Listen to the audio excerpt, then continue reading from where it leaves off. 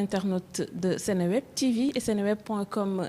Welcome, c'est un plaisir de me retrouver waat leen ci seen émission bii di Sitoé ma fàttali leen mu nekk un concept qui célèbre les femmes qui peuvent et qui font, à l'image de notre héroïne Aline Sitoé Diatta, mais à l'image également de notre Sitoé de la semaine mu nekk Maître Dior laa naroon wax, mais c'est procureur Elisabeth Dior Fall Sow, la première femme procureure du Sénégal, n'est-ce pas?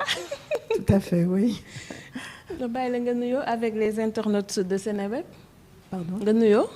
waaw asalaamaaleykum maa ngi leen di nuyu yéen ñëpp di la nuyu Fatimata suma doom di nuyu itam ñi nga àndal nga xam ne ñoo amee technique bi c'est extrêmement important. di nuyu itam ñi nga xam ne ñu ngi leen di déglu suñu émission bi. Vraiment di ñaan rek yëpp nekk lu baax loo xam ne daañu si ñun ñëpp ku si nekk jël si lu baax. Merci Amine ya Rabbi.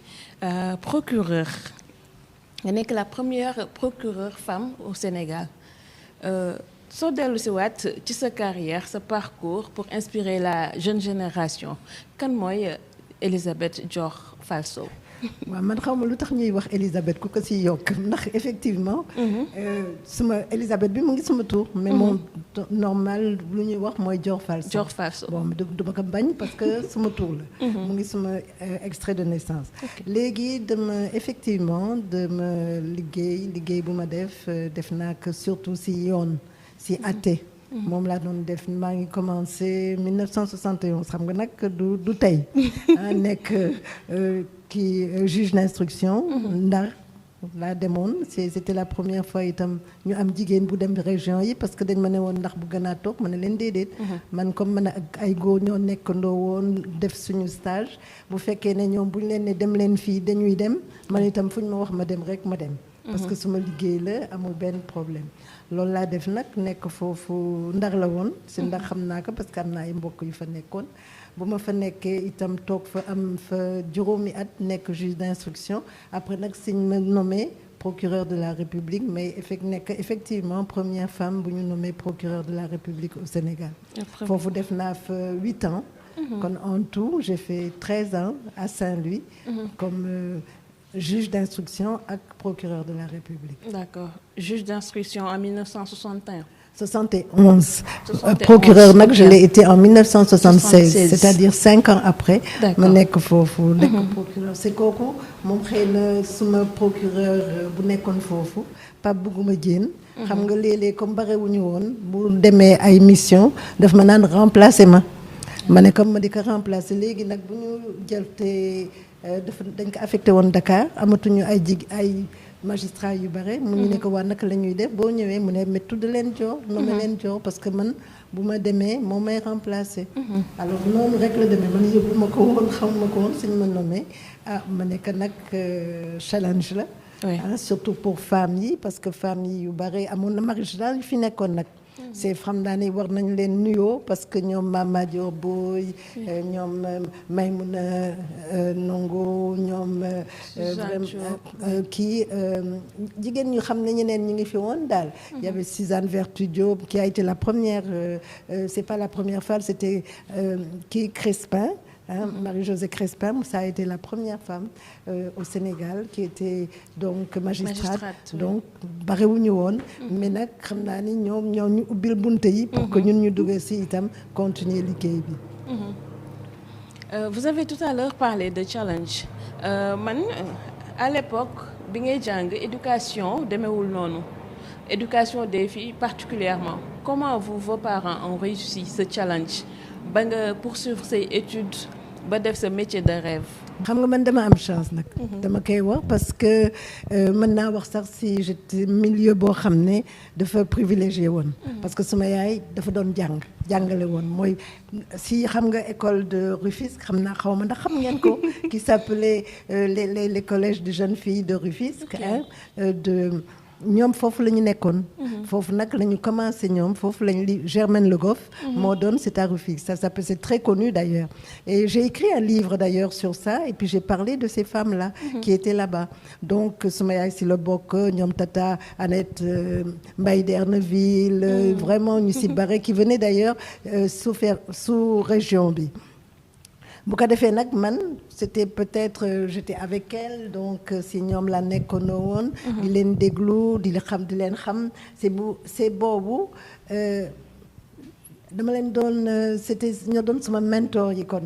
je n'avais pas qu'une seule comme je dis c'était ma mère plus ñu nga xam ne ñëpp ñu ngeen ñoom. c'est ñoom mën nañu wax ne que ñoom ñoo jëkk xeex dans un environnement parce que c'était dans les années 1940 nga xam nga on était sous la colonisation et puis ensuite mentalité yi changé wuñu torop jigéen ñi elles étaient toujours donc elle avait un statut de femme qui restait à la maison ñoom nag c'était des femmes qui avaient eu la chance d'être les premières à aller à l'école léegi bon man maa ngi woon ak ñoom màgg ak ñoom et c'était un devoir mën naa wax ne que topp liggéey bi nga xam ne defoon nañ ko ah macha allah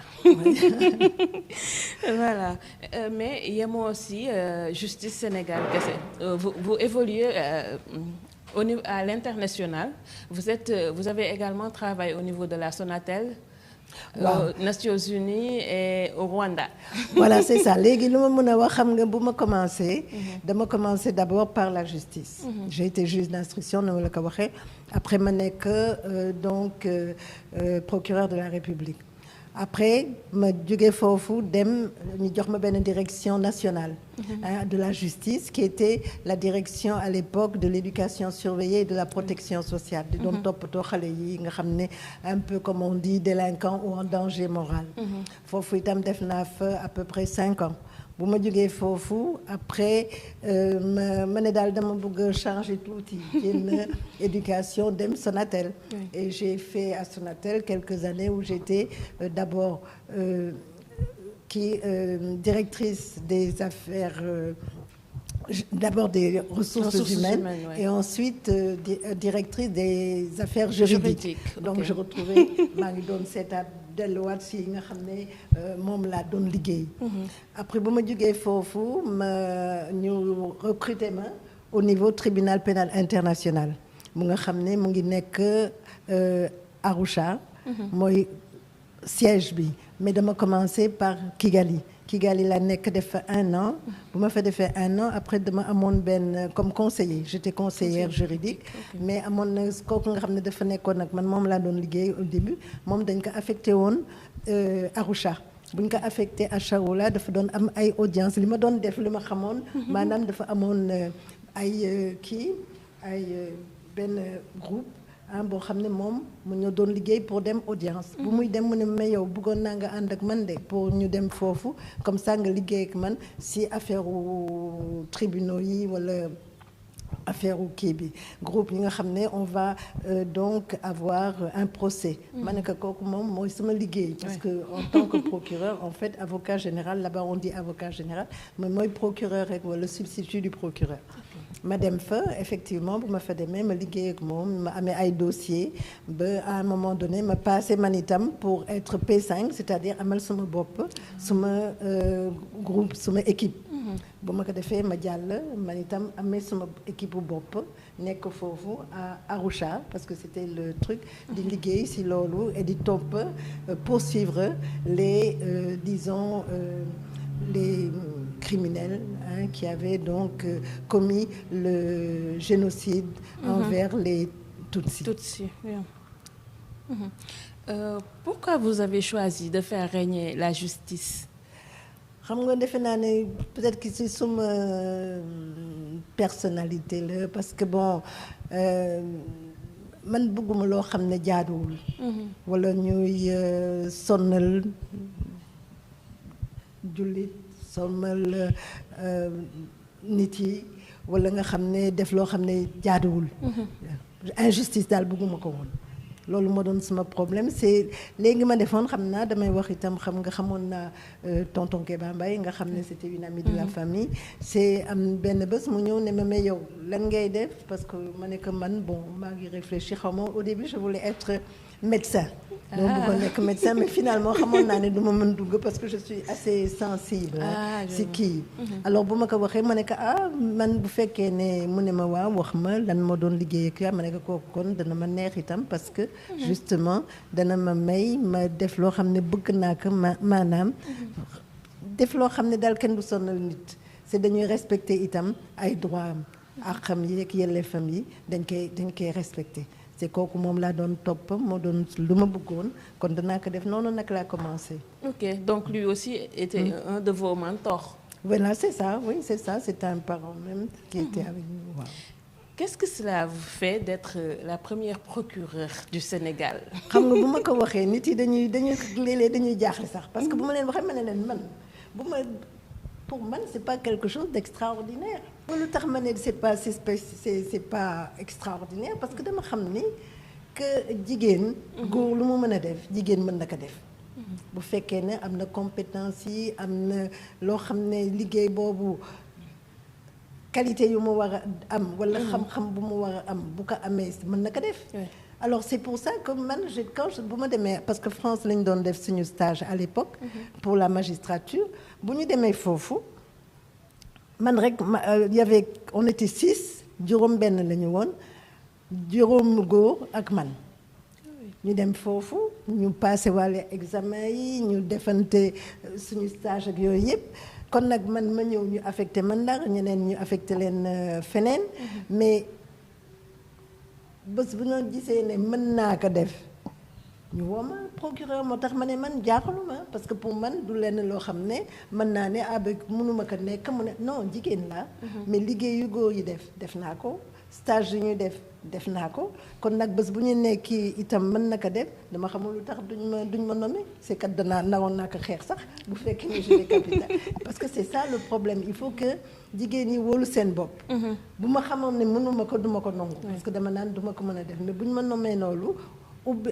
challenge la woon mooy challenge parce que y avait les femmes qui étaient là nga xam ne ñoo duggoon ñoom Mama Dior ñu ma doon nommé tout à l'heure ñoom dañu won ne ñoo ñu ubbil bunt bi parce que dañ ne lii ñuy def ñun góor ñi rekk fi nekkoon mën nañ ko def ñun itam ñu topp si léegi nag si li ñuy def mën nañu gravir échelon yi comme les hommes il faut que franchement que ñu am audace dem foo xam ne mën nañ fa dem yegg fa bu fekkee ne wóolu nañu am nañ confiance suñu bopp ne mën nañ ko def c'est loolu laay wax jigéen ñi naa leen la première chose que vous devez avoir c'est avoir wóolu seen bopp xam mën ngeen ko ba pare nag nangu liggéey bi ni ngeen ko gisee parce que nag du ma ne parce que man góor jigéen laa nañ ma nommé rek parce que jigéen laa non dañ lay nommé parce que da nga am sa compétence da nga mën a parce que mën nga ko def c'est da nga parce que foo jëm rek pour jigéen buñ ko nommé fenn il faut que mu wan ne lii la jox daf la da nga ko mën a def c'est pas autre chose duñ la def simplement par plaisir mais parce que tu es capable tu es compétent de le faire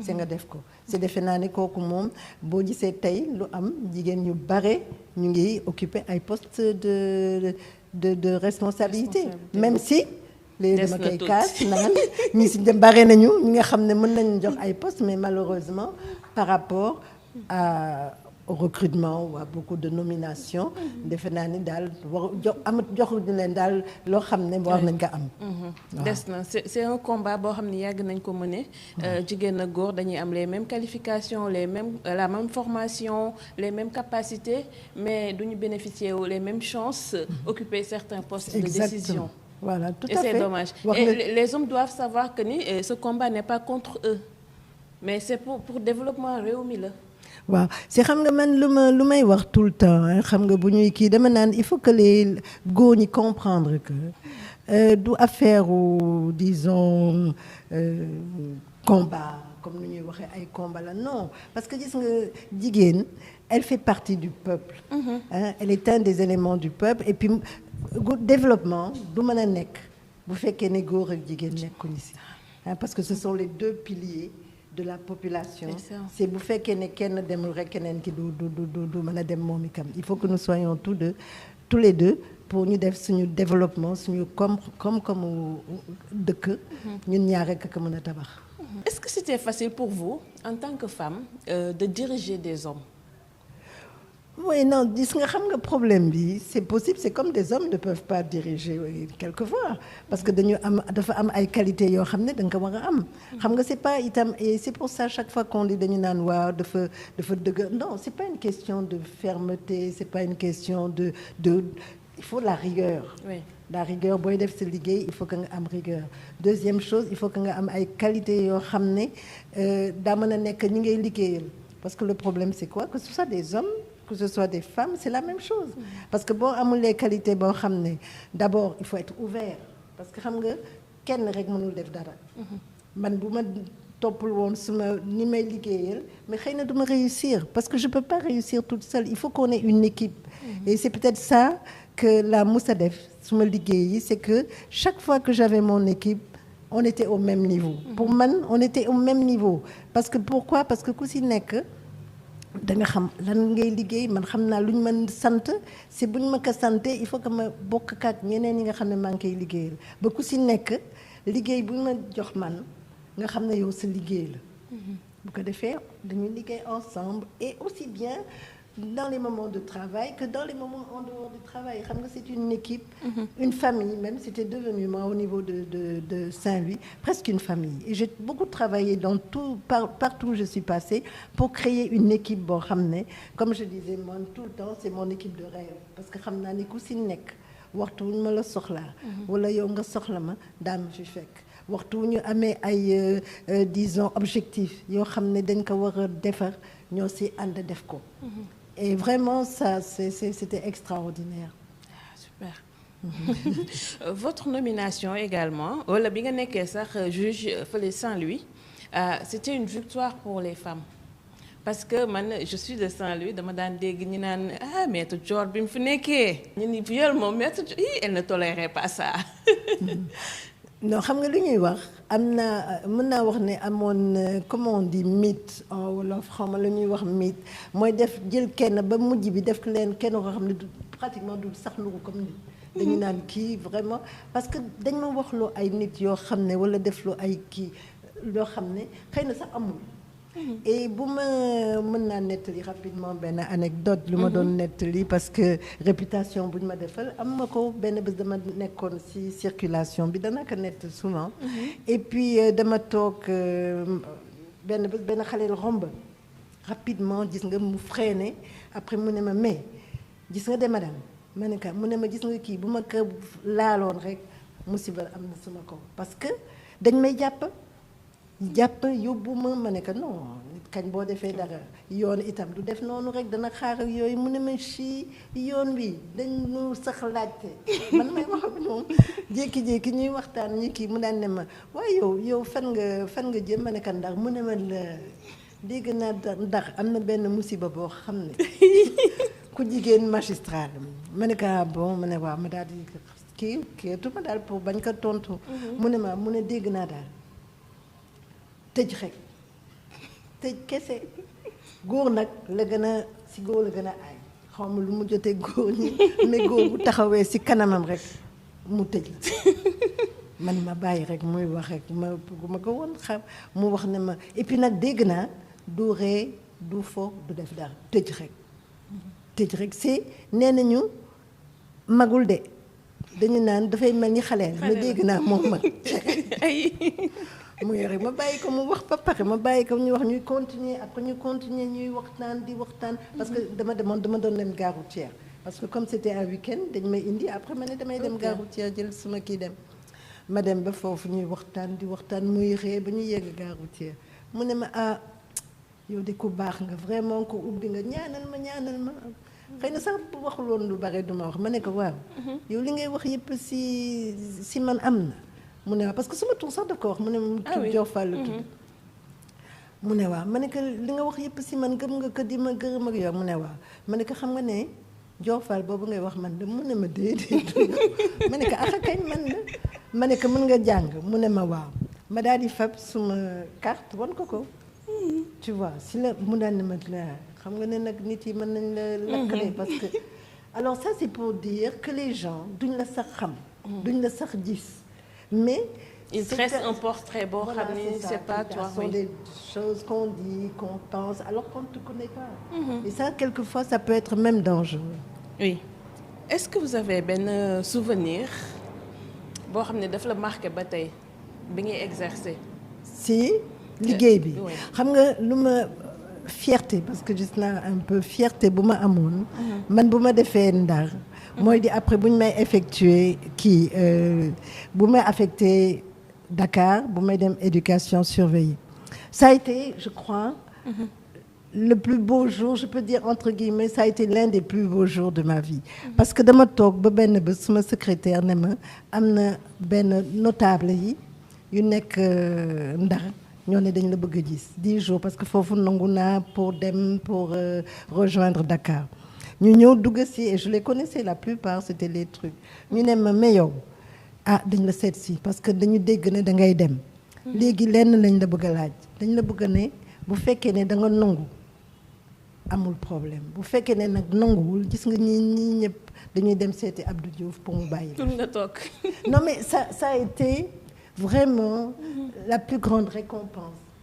et je pense peut-être témoignage seede bi si liggéey bu ma def c'est kooku vraiment ba léegi sax waxtu ma ko kii dama koy xalaat d'accord maître qu'est-ce que ça fait également le fait de décider du sort de quelqu'un problème de conscience la et c'est pour ça d'ailleurs li ngay def ci sa liggéey on parle beaucoup en son âme et conscience maanaam da ngay kii nit ñi dañuy def noonu mais léeg-léeg daf lay poser problème parce que tu as des problèmes parce que da nga naan est-ce que li ma def jaadu na est-ce que li ma def vraiment loruma nit ki bu fekkee tëj naa ko c'est normal c'est parce que et c'était un problème quelquefois dinaa kii mais nag sama problème moo di waxtu ma xalaatee problème bi waxaat ne que bu fekkee ne dañ ko waroon defaat est-ce que je ferais la même chose ma réponse a toujours été oui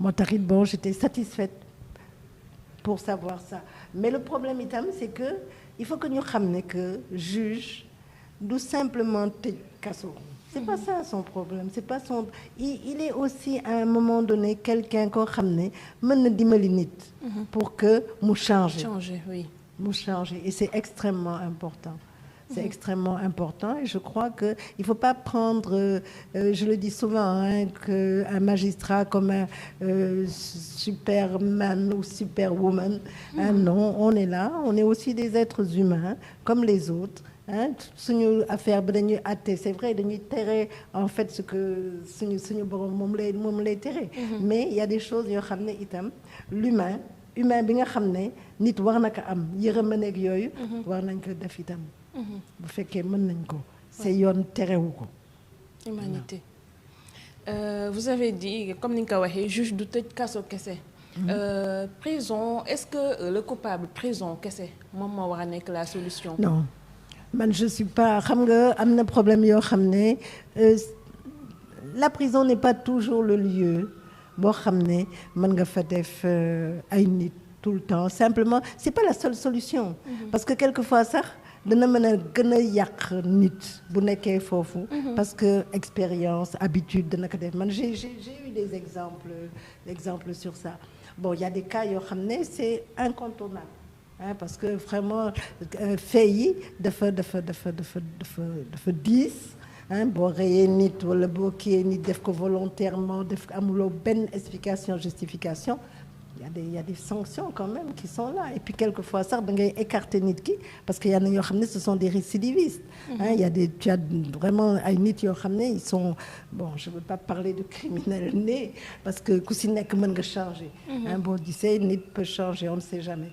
mais defe naa ne am na yeneen yoo xam ne mën nga ko def am na ay peine yoo xam ne c'est pas systématiquement ngay yóbbu nit ki directement et on se rend compte d'ailleurs que de plus en plus fii actuellement ñu ngi essayer seet naka la ñuy def pour éviter prison bi bon avant on faisait beaucoup de ay liggéey yoo xam ne sont des travaux d'utilité publique am na yoo xam ne mënoon nañ ko def beneen façon léegi ñu ngi def ay kii naka bracelet électronique, on va le faire, et c'était d'éviter tout le temps systématiquement les mandats de dépôt. Personne, voilà, désengorger en plus, parce que la prison, elle est vraiment incroyable. Quand tu as combien de places, c'est 4 fois, 5 fois plus. Et puis, il faut être humain. Il faut être humain même dans la façon en prison même, de pouvoir prendre en charge les prisonniers, les détenus. C'est vraiment un problème là aussi sur lequel on doit travailler beaucoup. Surtout pour certains délits mineurs. Oui, parce qu'en général, les mineurs, normalement, les mineurs ne doivent pas tout le temps être en prison, parce que ce n'est pas un système bon. Avant, il y avait le Fort B, où ils étaient là-bas, mais de plus en plus, parce qu'il y a même une juridiction spéciale. Il faut ramener les tribunaux des mineurs. Et on a surtout beaucoup plus tendance à les placer là où j'étais, au niveau de la direction de l'éducation surveillée de la protection sociale à l'époque. Et je crois que c'était beaucoup plus, plus mogonon pour Khaleyi que de les yóbbu prison. Parce que prison, il y a une fille de c'est... D'accord. Comme récidivistes, parfois, ils sont plus à l'aise en prison que dehors. Certains récidivistes.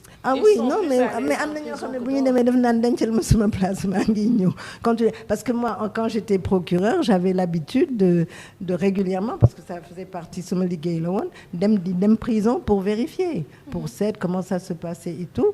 Mais finalement, ils ont tellement pris l'habitude d'être en prison que c'est devenu de leur,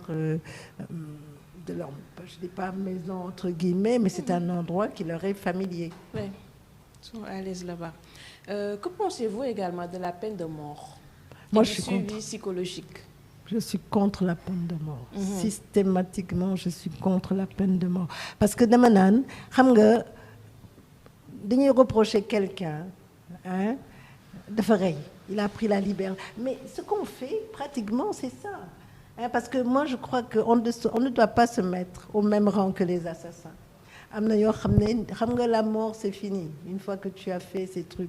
Bon,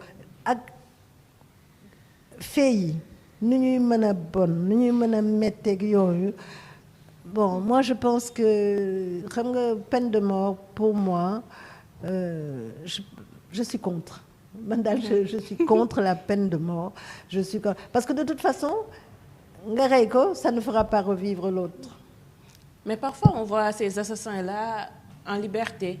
C'est ça le problème. Moi, je pense que le problème, mettre quelqu'un à perpétuité, en prison.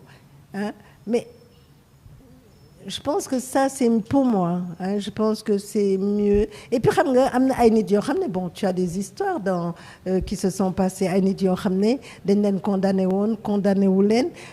Bon, ça n'a pas été exécuté. À un moment donné, on l'a laissé sortir. Pourquoi? Parce que la personne avait changé, a même écrit, a même fait des études à l'intérieur. Bon, ça veut dire que la personne peut changer, peut avoir une deuxième chance. Mais une fois que tu es aussi implacable et que tu l'exécutes, c'est fini. Et moi, je pense que ça ne permet pas de redonner la vie à la personne qui l'a exécuté. Ça ne veut pas dire... Il ne faut pas, je pense que... C'est pas une question de revanche. Revanche. Voilà, ce n'est pas une question de revanche, ce n'est pas une question de représailles définitives.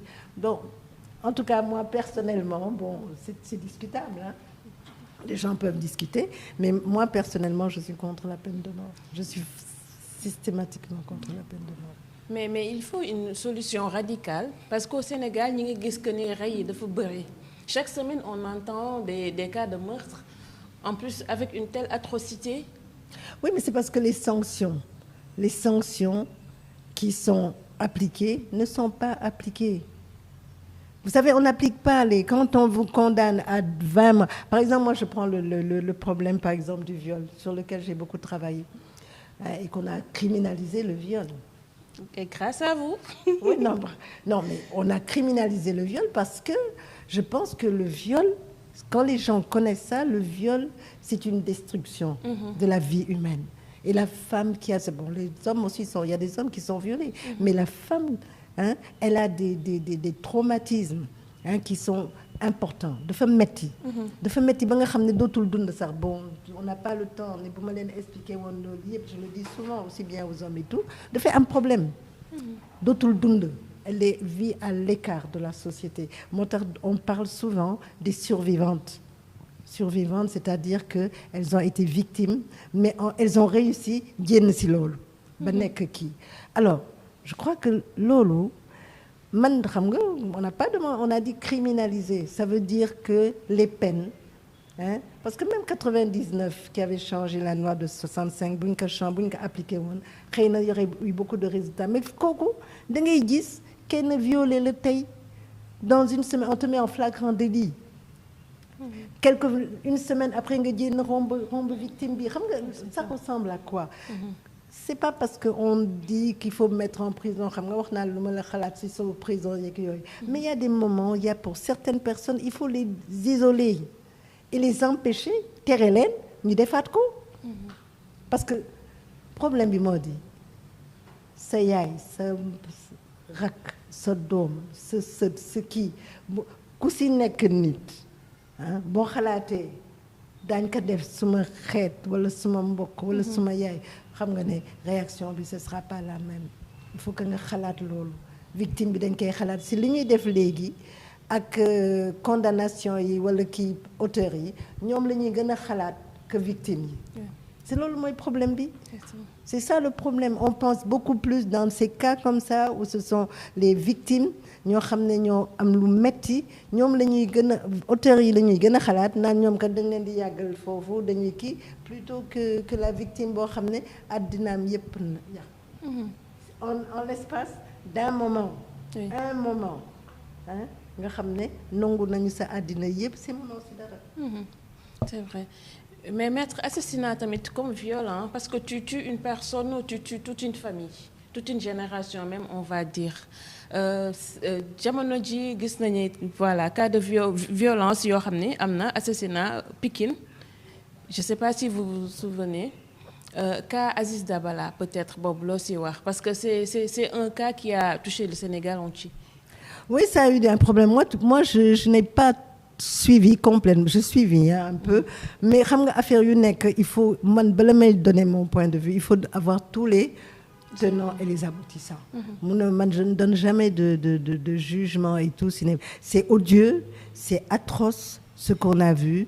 Je pense que la justice est là, il faut qu'elle aille jusqu'au bout et c'est ça le problème. Il faut que la justice ak lu mu mënti doon qu'elle soit là pour tout le monde. Il n'y a pas de grand, il n'y a pas de petit. C'est valable pour tout individu qui a subi un préjudice. Donc, à ce niveau-là, moi, je pense qu'il faut que la justice aille au bout. Et quel que soit le coupable. Yeah. Parce que koo xam ne moom moo tooñ moo def yii mu nekk ci kaw mu nekk ci su ñoo yem képp. C'est yoon man damay waxu yoon. Yoon laay wax yoon ñëpp la war a dal de la même façon. Si boobu nag man su dama am sama limite. Man nag sama limite mooy perpétuité. Bon, mais la mort, je suis pas. Pas de peine de mort. Ouais. D'accord. Pensez-vous que la justice sénégalaise est irréprochable? Bon, écoute, xam nga man je suis magistrate, je défends, c'est un corps. C'est ma magistrature, ouais. J'adore la magistrature. Jusqu'à présent, je défends beaucoup la magistrature. Mais problème bi moo di bu ñu defulee dëgg dama koy wax itam. Dama koy wax bon mais problème bi itam c'est que am na yu bari yu ñuy wax mais il faut prouver ñun nag suñu biir daañu régler suñu problème parce que nag mënuñu itam dem en plein jour di wax lii ak lii mais on règle nos problèmes en famille il y a beaucoup de choses qu'on a réglées mais il faut que nit yi xam ko mais xamuñu ko mais c'est vrai que bon donc comme dans tous les cas bon on peut avoir des problèmes. On peut avoir des problèmes, mais nos problèmes, on les règle. On lave notre linge en famille. Parce que moi, j'avoue que franchement, s'il y a des problèmes, nous sommes là, il y a des gens qui sont là, qui sont les premiers à dire c'est pas normal. Ça ne peut pas être justifié. Parce que nous avons quand même un statut. Et le statut, il faut voir notre statut. Notre statut est très, très, très contraignant. Et le magistrat, le vrai magistrat, souvent je dis, c'est celui qui se conforme à son déontologie. Et quand elle se base à sa déontologie, il y a certaines choses qu'elle ne pourra pas faire. Mais là, comme on dit, moi je dis quelquefois, bon, c'est vrai, bon, je dis la vérité, on a des brebis égarées. Et ce qu'on fait, c'est qu'on réussit de plus en plus à les refaire revenir. D'accord. Et en parlant de viol tout à l'heure, vous êtes l'une des plumes... d'accord. Vous êtes l'une des plumes du projet de criminalisation du viol. Oui, non, ça c'est vrai. Je me suis bagarrée pour ça. Parce que je sais que quand il y a eu ces 3 cas-là du mois de mars, où il y a eu 3 femmes en l'espace d'une semaine qui ont été violées et tuées, non, mais là, c'était trop. Moi, je sais que j'ai demandé à ce qu'on le jour même, qu'on m'interviewe pour que je dise ce que je pense. Et j'avais demandé la criminalisation du viol. Parce que le viol, avant, il était criminalisé. Après, on est revenu là-dessus. Et puis là, bon, on a vu le résultat. Et là, vraiment, c'est vrai que nous nous sommes battus pour que ça se fasse. Et ça s'est fait. Et maintenant, mais ça ne veut pas dire que, parce qu'il y a la loi, c'est fini. Parce que loolu la ñu wax parce que yoon loi baa ngi fi que yëf yi dana sotti non il faut que ñu def ñeneen il faut d'abord que ñu wax nit yi lu tax ñu laaj ko lu tax ñu def ko lu tax ñu kii wax ne dañ ko waroon a criminaliser lan moo tax ndax est-ce que jigéen yi am na góor il faut dire que itam am na ay góor yoo xam ne ils ont le même sang et c'est valable aussi pour eux lu tax ñu def ko kooku moom dañuy war a waxtaan ak nit yi pour ñu xam lu tax ñu def ko bu fekkee parce que loolu yëpp waxtaan la il faut que ñu def communication lu bare il faut que ñu vulgariser et puis il faut itam que gis nga yoon loi boobu il faut que ñu traduire que dans les langues nationales parce que yow bëgguloon nit appliquer bu fekkee xamu ko c'est vrai il faut vulgariser c'est la vulgarisation ensuite il faut que nga seet ñu jigéen ñi naka lañ leen di topp naka lañ leen di naka la tuddati naka lañ leen di toppatoo ba nga xam ni parce que léeg-léeg itam affaire bi si seen biir kër lay sensibiliser leen bu baax c'est à l'intérieur bon léegi xam nga il faut que ñu am ay centre itam ba nga xam ne daañ fa mën a nekk parce que bu fekkee am nga problème sa biir kër buñ la fa bàyyee daa am ay toujours ay problème oui t'as pas le choix day gën a metti day gën a compliqué d'accord vous êtes également AGS maître nag ñu bëri AGS lañ la gën a ràññee oui voilà muy association des juristes sénégalaises waaw association des juristes sénégalaises mën naa ne suma doom la mais pour waxante dëgg dañuy wax ne que association bi kuréel boobu nga xam ne kuréelu tey bi ñëpp ko xam si yoon défendre jigéen yeeg ñi ak même jigéen yi xale yi ak ay góor sax koo xam ne lu ñuy wax droits humains yëpp la ñuy toppatoo mais particulièrement affaire u jigéen ak xaleel léegi problème bi moo di pour waxante dëgg ku sosal AGS ñeenti jigéen la woon au départ parce que dañu demoon amical muy Mame Madior ñaari magistrat Mame Madior ak Maïmouna Nongo ak beneen bi ñeneen ñaar yi c'était des inspectrices de travail maanaam mooy kan mooy Madeleine Deves ak Tamaro Touré nga xam ne dem na bu ñu defee loolu ñoom dañu ne si yoon wi dañuy liggéey par le droit c'était la la seule association ba nga xam ne si yoon la ñu sësal seen xeex bu ñuy def et pour def ko dañu fa code de la famille bi nga xam ne dafa am ay vraiment violation droit wu jigéen ñi bon liggéey nañ si lu bare ba nga xam ne yu bare changé nañ wante des na lu bare c'est benn bi nga des moo doon la puissance paternelle nga xam ne kooku moom problème la ñu ngi si liggéey ñu ngi koy def parce que c'est pas normal que jigéen bi amul droit man dog lu gën a tuuti pour doomam autorité c'est ça góor rek moo ko mën a def mooy def yëpp si ku jigéen ki moo koy toppatoo et ça c'est une arme pour certains hommes pardon et c'est une arme pour certains hommes oui non mais il y a beaucoup de choses et je pense que il faut que ñu def ko c'est nu ñu bëgg moo di ñu bëgg waxuñu affaire u sax mooy kilifa xam nga organisation bu nekk dana am chef. ak fu mu mënti dem ban organisation boo ma gis am na koo xam ne mooy présider mais ku góor ki bu nekkee mooy kii bu defee lu mu war a def amul problème mais nag boo ko mënulee nga bàyyi keneen essayer wala mu def ko kooku moom y a des problèmes mais lu gën a neex sax c'est lu ñuy wax moo di toppatoo sa doom nga xam ne yéen ñaar yéen a ko amee ku si nekk lu mu mën def rek naka def. Et puis il y a beaucoup de choses yoo xam ne changé nañ ko on n'a pas le temps mais sinon dama leen di woon c'est bu ñu démontrer bu ñu ko démontrer ñu xam ne mais c'est normal jigéen bu man jigéen laa mën naa toppatoo sama doom sama jëkkër. yóbbu ko mu faju yóbbu sama doom mu faju parce que mën naa ko mais avant on pouvait pas le faire. Il a fallu que ñu xeex ko ba léegi mën nañu jël par la je pense même la solidarité familiale bu suma jëkkër feebaree ba mën ko jël ma dem faju ko en charge oui. mais la jël ko en charge ça on s'est battu aussi pour des choses comme ça kon nag xam nga léegi nag problème bi ñu ngi continuer nag. Procureur donc léegi bàyyi naa maître c'est pour les avocats procureur. Vous avez tellement combattu pour les droits humains mutilation génitale féminine yi. waaw xeex nga ci lu am solo. non mutilation génitale yi xam nga kooku itam histoire la. parce que man dem naa ba c'était Copenhague. bu ñu wax parce que xam nga nous comme je le dis souvent dañuy wax association nous sommes des féministes mais africaines. africaine mooy lan moo di suñu problème ñun approche bi ñun ñoo ko war a am. et médication mutilation génitique li c'est-à-dire excision tout ça. Oui. Bon on savait que parce que c'est une pratique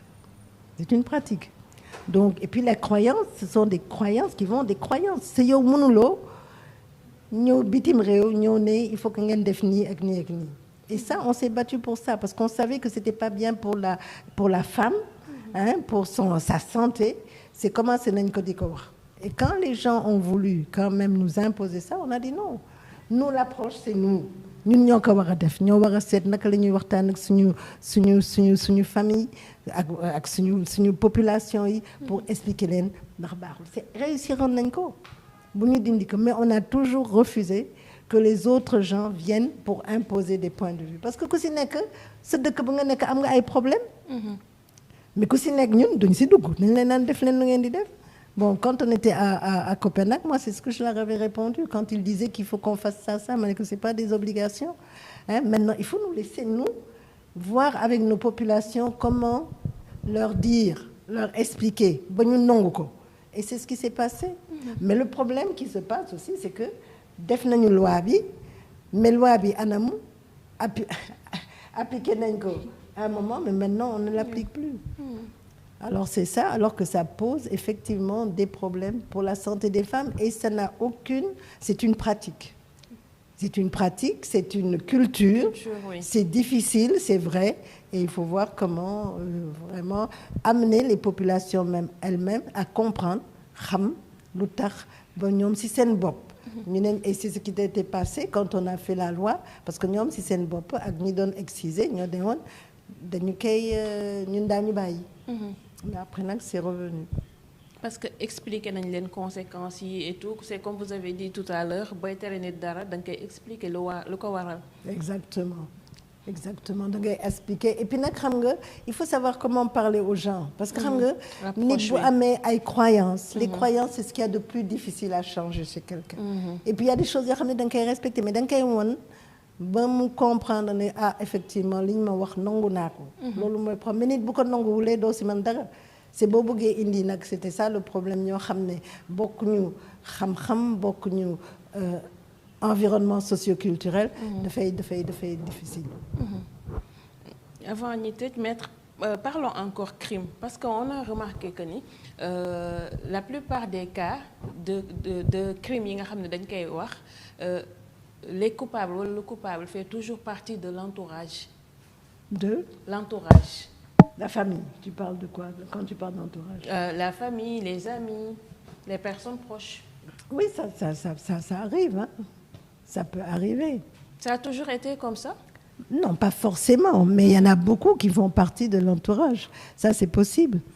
c'est possible, ça peut arriver mën na am nga xam ne ku la jege wala ku la kii moo la def yenn yu ñaaw yi kooku mën na am mais kooku itam bon y a pas de passe-droit hein même boo nekkee si kii mais da ngay gis par exemple au sein de la famille bu ñuy wax sànq affaire au viol que ay parents ñoo ko def hein c'est grave moo taxit ça aussi c'est un problème parce que lu gën a metti mooy bu amee si biir famille bi parce que xam nga biir famille c'est privé doo mën dugg et ça c'est un problème c'est pour ça il faut waaw c'est ça bon d'accord boo amoon peut-être un dernier mot wala un message à adresser à la jeunesse la nouvelle génération les filles surtout waaw xam nga ñun bon bu ma ko gisee damay xool ci AJS parce que xam nga AJS on a beaucoup ay jeunes à l'heure actuelle c'est dama leen di wax tout le temps que gis ngeen ñun mi fi nekk ba waxtu wi man ba ma yàggee parce que xam nga ñu ngi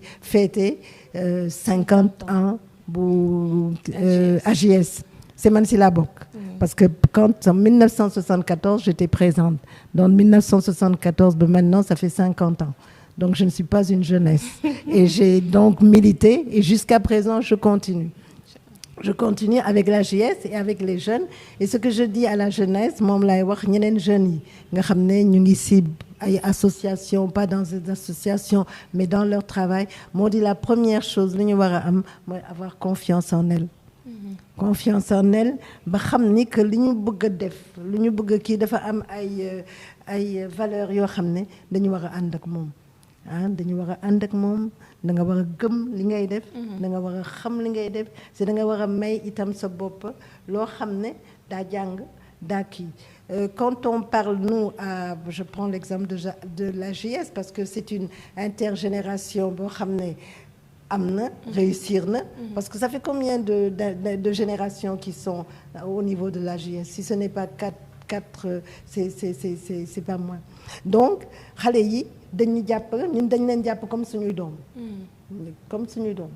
dañuy waxtaan ak ñoom dañuy kii won leen naka la ñu mën a def c'est ñu nangu ko nag parce que boo ko nanguwulee du mën dem mais quand tu te dis voilà c'est pas de la tutelle doo ñëw ñu ne la da ngay def lii non mais da ngay ñëw ñu won la naka nga war a liggéey naka nga war a def yan principe yoo xam ne moom nga def en avant ba nga mën avancer parce que je dis souvent xam nga leader maanaam koo xam ne dañ lay teg comme dañ lay xool nga nekk exemple wala modèle dafa am yow itam loo xam ne war nga ko def loo war a def moo di c'est ma ne leader bu gën bi mooy koy xam ne yow ni nga doon ak fi nga yegg si moom nga war a def ba kooku nga xam ne moom nga nekk ak ñoom ñu yegg si ba fi nga toll c'est ça le meilleur leadership mooy loolu c'est léegi boo demoon AJS daa gis ne xale yu bare yu fa nekk mën nañu tëdd nelaw sa gannaaw ba nag ni ñu ko doon waxee parce que elles sont capables de prendre la relève et c'est ça loolu mooy réussite bi satisfaction bi nga xam ne ñun ñoo ko war a am ñun ñi nga xam ne def nañ loolu moo tax dama leen di wax tout le temps bu ñu ma nee Tata Dior yow dama leen di man léegi ma dem sama yoon parce que nag xam naa ni vous êtes là la relève est assurée la relève est là on n'a plus rien à dire xanaa on est maintenant l'arrière-garde si gannaaw lu ñu nekk di leen pousse ngeen di dem si kanam ba bés bu nga xam ne daañu mën a toog ne alhamdulilahi rabbil alamin voilà sant yàlla bu baax a baax di leen gërëm nag yéen ñu nekk fii parce que gis nga jigéen ñi ñu ngi jël ay métiers yu bare góor ñaa ngi nii toog métiers yu bare voilà elles font les mêmes métiers elles font truc mais nag ñu gërëm leen itam parce que nag xam nga problème bi mooy lan et je l'ai toujours dit léeg-léeg dañuy fippoo nag c'est vrai parce que bu ñu gisee nekk bu ñu comprendre ñu fippoo mais la plupart du temps et de plus en plus on travaille avec les hommes parce qu'ils savent que ce n'est pas possible ñoom ñun mënuñu dem bàyyi leen ñoom itam mënuñu dem bàyyi ñu kon nag nañ nekk benn liggéey ensemble tabax suñu réew man daal loolu rek laa mën a def si xam naa ni mën nañ ko si buñ ko defulee suñu dëkk la ñuy yàq du suñu bopp. complémentarité là en plus c'est la complémentarité. Vous savez j'ai fait un truc yàgg na à Saint-Louis boobu j'étais à Saint-Louis AGS dafa ñëwoon pour ñu def conférence et mon thème c'était égalité complémentarité man maa ko defoon mais bu ma ko defee dama leen woon ni que égalité en droit kenn mënu ci dara. Parce que les droits humains ce sont les droits qui sont inhérents à la personne humaine. kon boo nekkee nit rek ñu xam ne nit nga tu as les droits qui sont universels et cetera et cetera. léegi kooku kenn mënu ko discuter beneen yoon parce que ñun sax jigéen ñi à cause de notre fonction de reproduction on a des droits qui sont différents. Oui. Hein, qui sont à côté des droits universels qui sont trucs léegi beneen problème bi moo di complémentarité on est complémentaire. kooku moom kenn mënu itam dindi ko def ko kon nag defe naa ni bala muy neex rek ñu xam ko nangu ko ànd nag pour defar suñu réew ni ma ko doon waxee. J'espère qu'on aura un jour une présidente de la République. Mais pourquoi pas? Mais moi, vous savez, je vous donnerai un livre que vous partagerez peut-être. Mais je vous dis que le problème, c'est que j'avais écrit une fois, parce que quand j'ai beaucoup travaillé pour intégration des femmes au niveau de la défense et de la sécurité. Liggéey naa ko pour les forces armées. À un moment donné, à la fin, je disais qu'on aura un jour une générale, amuñu générale. Oui, c'est arrivé. Et il y a pas, on peut avoir une femme présidente de la République. Mais nag il faut changer les mentalités. Les mentalités. Et quand je dis bu ma waxee mentalité waxuma góor ñi rek góor ak jigéen. jigéen ñi également la ñu war a changer. dama doon discuter avec une góor dañu doon casse. Bon, en chahutant, même je chahute beaucoup, bu ñu doon wax ne que waaw quand on se plaignait parce qu'il y avait que 4 femmes au niveau du nouveau gouvernement. ñu ne waaw mais leen lu tax ngeen kii loo leen bëgg ma ne leen mais man tey mën nañu lu tax mën nañu am imaginer que mu am gouvernement avec 30 femmes. mun ma bon ma ne que nañ examen. Bon, c'était une façon de chahuter, de discuter. Je chahutais, je faisais de la provocation. Mais c'est vrai on ne peut pas. Vous avez vu les résultats qu'il y a, avec les réponses qu'il y a. Mais je pense